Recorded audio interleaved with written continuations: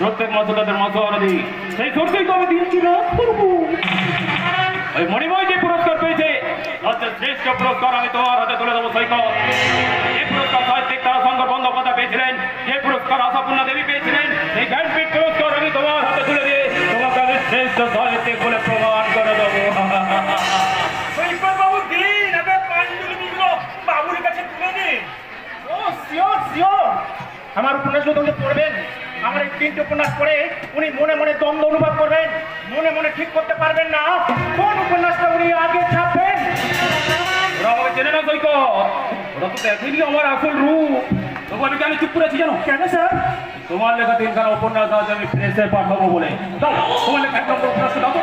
হ্যাঁ স্যার, বুঝলাম। আমার লেখা প্রথম উপন্যাস, এটার নাম নারী দেহ।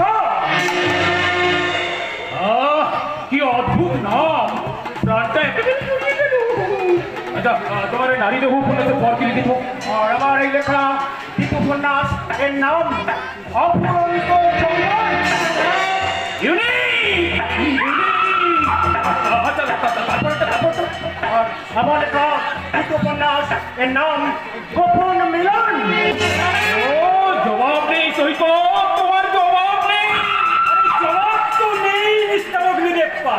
পড়ুন, ওগুলো খুলে একবার ভালো করে পড়ে দেখুন। না, এগুলো আমি প্রেসের অফিসে গিয়ে